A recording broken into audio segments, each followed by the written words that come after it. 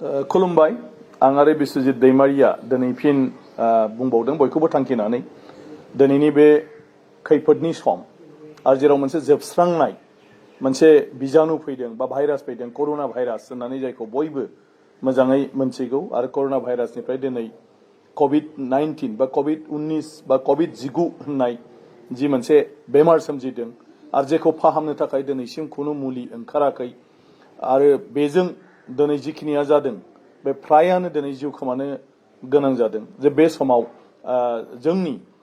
गोबां रायजो राजाफोरखौनो माने बे बेलायाव बाराद्राय सिरियास जायैखौ नुदों आरो बेखौ नुनानै एसे साननो गोनां जानानै फैदों बेखौ आङो मोनदांदों जे दिनैहाय सारा भारत नाङैनो फैगौ 14 एप्रिलसिम लकडाउन खालामनाय जादों। लकडाउन माने टटेलि बन्द खालामनाय जादों। खारना जाहैबाय जिहेतु बे बेमारखौ सोखानो हाया आरो बे बेमारा सन्देरोब्ला जायनाव नांगोन बा जायखौ लोगो मोनगोन जायजों थागोन बेनावनो सन्देरफायो। बेखौ होबथानो थाखाय सासेया सासेजों लोगो मोनलायैनि मोनसे राहा जे बे लकडाउन होनाय लोगो जों गारि मटर गाखोनाय नङा, जों बाजाराव थांनाय नङा, जों आलासि जानाय नङा, जोंनि न'आव रावबो फैनाय नङा आरो अब्लाना बे जिथु भाइरास बे भाइरासआ जोंनि न'सिम सफैया बा जोंनाव सन्देरा। नाथाय बेखौनो जोंना गोबाङानो बुजियाखै जे बेफोर बुस्थुखौ बारे बारे बुंसेयावबो दिनै बे बन्दबाबो लामा सामायाव ओंखाराखैब्लाबो पापा ज' जिरायदों, ज' जादों, ज' माने गेलेलायदों बेफोरबायदि माखासे माने नुथायखौ नुनो मोनदों। बे जोंनि थाखाय डेन्जार। दा जोङो गोबाङानो थाल गैया जे दिनै जोंनि माने आसामाव बायह्रा रायजोआव खामानि मावहैनाय गोबां मानसियानो न' फारसे गिदिंनानै फैफिनबाय आरो आं दिनै बाक्सा जिल्लानि आसामनिनो बा बिटिसिनि आं बाक्सा जिल्लानि जोंनि बाक्सा जिल्लायाव 4,000निबो बांसिन आसामनि बायह्रायाव खामानि मावफैनाया दा फैफिननानै दङ। दा दिनै बिसोर सोरबा केरेलायाव खामानि मावहैदों, सोरबाया बेंगालराव खामानि मावहैदों, सोरबाया बम्बेआव खामानि मावहैदों, बेबायदि गुबुन गुबुन रायजोआव खामानि मावदों जेराव अलरेडि कर'ना भाइरासआ माने जाबाय आरो जेराव मानसि थैगासिनो दं। जुदि बेफोरजों फैफानांगौब्ला जों जुदि साबधान जाया अब्ला बेफोर मानसिनि न'खराव माने गासिबनावबो बे भाइरासआ बारदेरगोन आरो बे भाइरासआ बारदेरनाय लोगो लोगो आरो बे न'खरनि मानसिया जायजों सोमोन्दो लाखिगोन बा जायजों खाथियाव थाफागोन बिसोरनावनो बे भाइरासआ बारदेरफागोन। होमबा माबायदि गिलु बालु जानो हागौ बेखौ जों बयबो साननानै नायनांगौ। दिनै जोंहा बे बेमारिफोरखौ लाखिनो थाखाय जथेस्थ' जोंहा हस्पिटाल गैया। जोंहा हस्पिटाल दंब्लाबो बेवहाय बिसिना गैया। जोंहा बिसिना हस्पिटाल थाबाबो जोंहा डाक्टार गैया, नार्स गैया आरो जोंनि हस्पिटालफ्राव कारेन्ट गैया, दै गैया, गोबां अभाब। गतिके जोङो बेवहाय मालाबाबो बेफोरबायदि जुदि भाइरासआ जानानै साग्लोबसारोबा जोङो माने दान्दिसेनि थाखायब्लाबो थाहैथ'नो जोंहा बेबायदि सुबिदा गैया। ओंखायनो जों गाव गावनो बिनिफ्राय बासायनानै थानांगोन आरो जों बयबो साननाया मोजां। न'खराव जुदि सोरबा सासेनाव बे भाइरासआ जाबायबा न'खराव जेसेबां दं बिसोरखौ क्वारेन्टाइन होननाय मोनसे जायगा बानायदों। क्वारेन्टाइन माने जेबो गैया, हारसिङै दोननाय, आलदायै दोननाय जायगा खालामदों। खारन बे न'खरनि मानसिफोरनाव भाइरासआ बारदेरजोबनो हागौ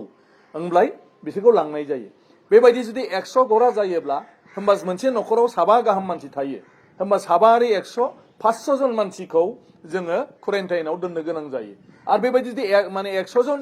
माने मानसिया जुदि 500 जन बिदि जायोब्ला 500 जननि उनाव हाजार हाजार मानसिनाव बारदेरहैगोन आरो दा बे स्टेजआ जोंनाव फैगासिनो दं। ओंखायनो बिनिफ्राय खुब साबधान जानांगौ। लामायाव ओंखारनो नाङा, लोगो दिवाफोरजोंबो जों लोगो हमनो नाङा, नांथाराब्ला बाजारावबो जोङो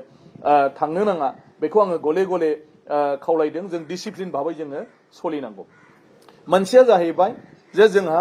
जानाय लोंनाय अभाब जाखाथारगोन। मानो जाखाथारगोन जे दिनैहाय सारा भारतआवनो लकडाउन जादों, बन्द जादों। सारा भारतआवनो बे बेमारखौ लानानै बयबो गिदों। होमब्ला बायह्रानिफ्राय जि माइरं, संख्रि, सिनि, दालि, आलु, पियाज जायफोर बुस्थुफ्रा फैबाय थायोमोन बेफोर बुस्थुआ दा फैनाय नंला, बन्द जाथ'सिगोन। होमब्ला कन्टिनिउ जुदि 1 मासनि उनाव 2 मास, 3 मास, 4 मास बिदिनो जुदि हालादा थांबाय थानांगौब्ला, अबस्थाया थांबाय थानांगौब्ला जोंनाव आंखाला फैगोन। बे आंखालखौ सुफुंनो थाखाय जों सोरनिबा सायाव सोनारबा जाया, सोरबा सरकारखौ रायबा जाया, सोरबा मन्थ्रिखौ रायबा जाया। जोंनाव जि दं बेखौनो जों बोरैहाय मेनटेन खालामनानै सोलिनो बेखौ जों साननो रोंनांगोन। ओमफ्राय बेराफारसेथिं जों जाहाथे फैगौ 5-6 बोसोर जायोब्लाबो जोंनाव जानाय आदारा जोबा बिनि थाखायबो जोङो राहा लानांगोन। ओंखायनो जों दिनै जुदि बोथिथाम जादोंब्ला जों बोथिनै जानानै सेभ खालामनांगोन आरो बोथिनैखौबो जुदि बोथिसे जानो हायोबा आरो बे मोजां। सानसेयावनो मोनदों होननानै ओंखामजों बेदर, ना आरो बेजों लोगोसे मैगं ओंख्रि संदेरनानै सानसेयावनो जों बुरजा जोंनि आदारखौ फोजोबनानै लाया जासे जोङो लिमिट जानो सोलोङोबा मोजां जे जों जुदि दिनैहाय दाउ बेदर जागोनबा जों दालिबो जानो नाङा मैगंबो होफानो नाङा लाब्राबो होफानो नाङा जों बे बेदरखिनिखौल' जानानै थाबानो जाबाय दाउबा दाउ बिदि संनानै जाब्लानो जाबाय बेयाव आरो आलुबो होनो नाङा दस्रा मैगं होनो नाङा बेखौ जोङो गाबोन जानो थाखाय लाखिनानै दोन थिग बेबायदिनो गोबाव सम जाय मैगङा थायो बे मैगंखौ जों दा नस्थ' खालामनानै लानो नाङा जोगोनारा गोबाव थायो 6 मासबाबो जों जाजायो जोगोनारखौ दा बाहाय खुमब्राखौ दा बाहाय लावफोरखौ दा बाहाय जेसेबां जोंहा कबि दं जोंहा बेफोरबायदिनो माखासे बिलाइनि मैगं दं बेन्जिफोर दं बेफोर मैगंफोरखौ जोङो जा जोंहा खांख्रिंखला दं जोंहा पटल दं जोंहा जुदि बेफोरबायदि माखासे मैगंफोर दङब्ला जायखौ जोङो गोबाव सम लाखिनो हाया बेफोरखौ जों दा जा जेखौ जों थारुन थास' बेफोरखौ जों लाखिनो हायो बेखौ जों दोनबाय था थासुमलिफोर दङब्ला जों बेफोरखौबो दा दोनबाय था जाहाथे माइरं गैयै समाव बा माखासे जाग्रा आंखाल जानाय समाव बेफोरखौनो जों रुनानै जानानै थांनानै थानो हायो ओंखायनो बेफोरबायदि मोनसे साबधान खालामनांगोन खारन बे देश नाङैनो जानाय गाबोन समफोर साप्लाइया टटेल बन्द जाजोबसिगोन खुनु बुस्थु फैनाय नंला होमबा जोंनाव जि दं बेखौनो जों थिनानै जानो रोंनांगोन बेनिफ्राय गोबां आबाद जों दानो मावनांगौ जायफोर बेबायदि मास मोननै मोनथामनि उनाव ओंखारबाय थागोन दिनै जोगोनार गायनो हायो दिनै जों खुमब्रा गायनो हायो बेफोरखौ जों गायनांगोन बेबायदिनो माखासे थास' थारुन जों गायनो हायो बेफोरखौबो जों गायनांगोन दिनै जुदि थालिर दङबा थालिरखौबो जों मोजाङै जोथोनाव लाखिनांगोन जाहाथे फैगौ 6-7 मासाव बेबायदि मोनसे आंखाल फैयोब्लाबो जों बिकल्प हिसाबै थांनानै थानो हायो गतिके गामिनि मानसिया बिसेस करि गिनांगौ जेबो गैसिना गामिनि मानसिया धैर्य थानांगोन गामिनि मानसिया बेफोर आबादखौ खालामनांगोन गामिनि मानसिफ्रा बेबायदिनो जिउ खांनांगोन गामिनि मानसियानो बयनिख्रुइ सुगाव थासिननो हागोन टाउन सहराव बाहेरानिफ्राय साप्लाइ फैयाबा रावबो जेबो मोनजाया ओंखायनो जों गामियाव थानाय मानसिफ्रा बेखौ बांसिन नोजोर लाखिनाया मोजां आरो बेफोर आबादफोरखौ जों मावनाया मोजां दा माइनि बोथोर जों हागौमानि माइ साइ जुदि फोनानै लायो गायनानै लायो निश्चय दानथामनि उनावनो जोङो माइखौ हानो मोनगोन आरो जोंनि जानाया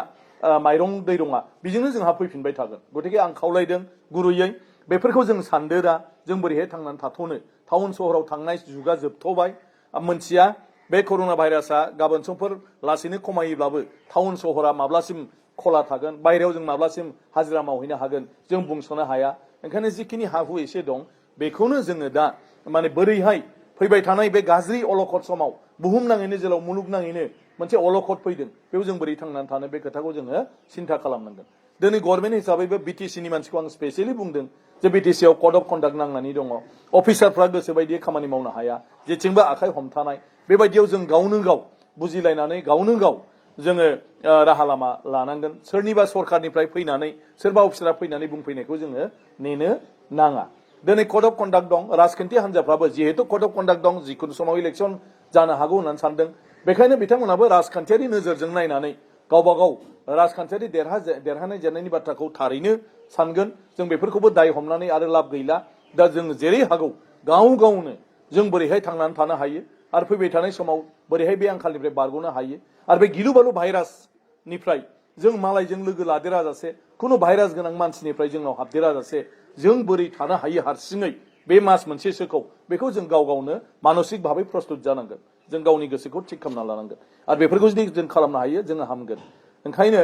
आंनि खावलायनाया बेनो बे अलखद समाव जोङो मानिनानै सोलै बे लकडाउनखौ जों खुनु बायरायाव ओंखारनो नाङा नांथाराब्ला आरो जि दं बेखौनो जा आरो बे जानाय बेसादखौ सानसेयावनो जों फोजोबनानै लानो नाङा एसे एनै उननि समखौ जों नायहरनांगौ जाहाथे 5-6 बोसोर